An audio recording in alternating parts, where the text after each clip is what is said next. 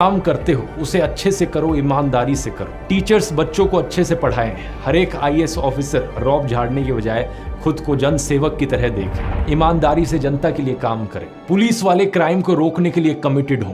Film maker animal जैसी cringe फिल्में बनाने की बजाय मीनिंगफुल फिल्में बनाएं। अगर आप एक रेस्टोरेंट या ढाबा चलाते हैं तो लोगों को हेल्दी और टेस्टी खाना खिलाएं ताकि लोगों की सेहत का नुकसान ना हो और उन्हें मजा भी आए और देश का हैप्पीनेस इंडेक्स भी बढ़े। सभी लोग अगर अपना प्रोफेशन देश में ईमानदारी से करने लगे तो देश अपने आप स्वर्ग बन जाएगा और ये काम हम में से हर किसी को करना होगा। आगे आने वाले वीडियोस के लिए मेरे पास बहुत सारे प्लान्स हैं, उनकी बात टाइम आने पर डिस्कस करेंगे, लेकिन अभी के लिए शंकर शैलेंद्र के द्वारा लिखी गई कुछ पंक्तियां मैं आपके साथ छोड़ना चाहूंगा।